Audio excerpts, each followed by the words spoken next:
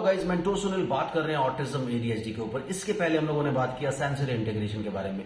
Sensory integration से फायदा आपको ये मिलता है कि जब आपकी आंखों से इंफॉर्मेशन जाती, आपने कुछ देखा वो ब्रेन में गया, कानों से आपने सुना ब्रेन में गया, नोज से आपने सूंघा ब्रेन में गया, टेस्ट आपने किया टंग से ब्रेन में गया, स्किन से टच किया ब्रेन में गया। यानी पांचों सेंसेस से इंफॉर्मेशन जब आपके ब्रेन में जाता है तो उसकी प्रोसेसिंग होती है। प्रोसेसिंग होने के बाद उसके बारे में एक इमेज तैयार होती है, या आप ये समझिए कि वो एक बुक तैयार करता है आपका ब्रेन, और वो आपकी एक रिसेप्टिव लैंग्वेज की लाइब्रेरी में उसको स्टोर कर देता है। यानी उसकी लर्निंग में, उसकी मेमोरी में स्टोर हो जाता है। तो प्रोसेस क्या होता है? प्रोसेस ये होता है कि सबसे पहले जब आप कोई चीज देख रहे हैं, फॉर एग्जाम्पल आपके हाथ में ये रिमोट है।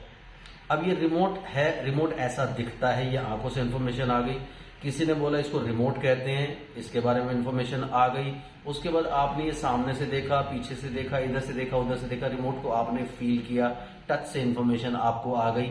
ये आप टेस्ट नहीं कर सकते, ये आप सूंघ नहीं सकते, स्टिल यानी जितनी भी सेंसेस उसके लिए रिक्वायर्ड है वो सारी की सारी सेंसेस ने इंफॉर्मेशन को प्रोसेस किया, ब्रेन में जाकर के एक चीज की प्रोसेसिंग हुई। पहली बार देखा, दूसरी बार देखा, तीसरी बार देखा, बच्चे ने एक इमेज सेट होगी, अच्छा इसको रिमोट बोलते हैं।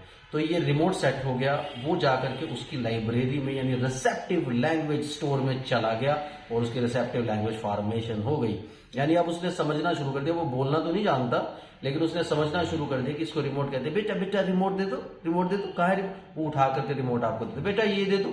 तो बच्चे शुरू में क्या होता है कि चीजों को समझ जाते हैं। फैन का है, फैन के बारे में बता देगा, लाइट का वो लाइट के बारे में फिंगर पॉइंट करके बता देगा, यानी उसकी रिसेप्टिव लैंग्वेज फॉर्मेशन हो गया। लेकिन बाद में जैसे रिसेप्टिव लैंग्वेज बनता है, एक्सप्रेसिव लैंग्वेज आ जाता है। तो सबसे ज्यादा इंपॉर्टेंट क्या है, जिन बच्चों में attention deficit hyper activity disorder या ऑटिज्म होता है, बात आ जाती है दोनों में। यानी ऑटिज्म के अंदर भी एडीएचडी की प्रॉब्लम साथ में होगी। Autism is a big umbrella, उसमें और भी काफी सारे सिम्टम्स होंगे, लेकिन एडीएचडी में प्योर अटेंशन डेफिसिट यानी अटेंशन की कमी है।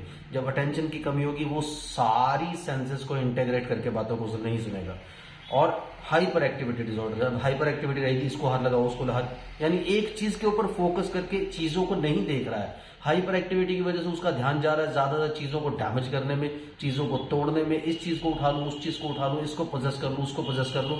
उसकी वजह से उसके ब्रेन में वो सब चीजें स्टोर नहीं होती, उसके सामने से बस गुजर रही। जैसे आप सपना देखते हो ना, उसमें सुबह जब आप उठते हो कुछ चीजें आपको याद रह गई, कुछ चीजें आपको याद नहीं रही।